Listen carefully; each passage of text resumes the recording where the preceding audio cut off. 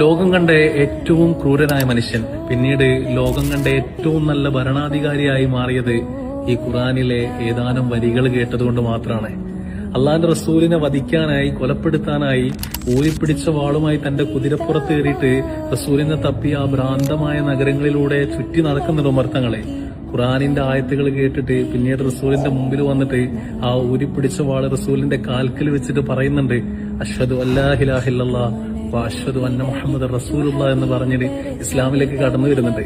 സ്വഹാബാക്കൾ അതിനുശേഷം പറഞ്ഞത് ഉമർ വന്നതിന്റെ ശേഷമാണ് ഇസ്ലാമിന് ഇത്രത്തോളം ധീരത വന്നതെന്നാണ്.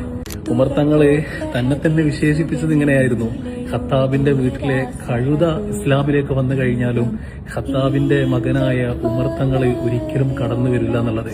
ആ ഉമർ തങ്ങള് ഇന്ന് അന്ത്യവിശ്രമം കൊള്ളുന്നത് റസൂലിന്റെ ചാരത്താണ്, റസൂലിന്റെ ഏറ്റവും നല്ല കൂട്ടുകാരൻ.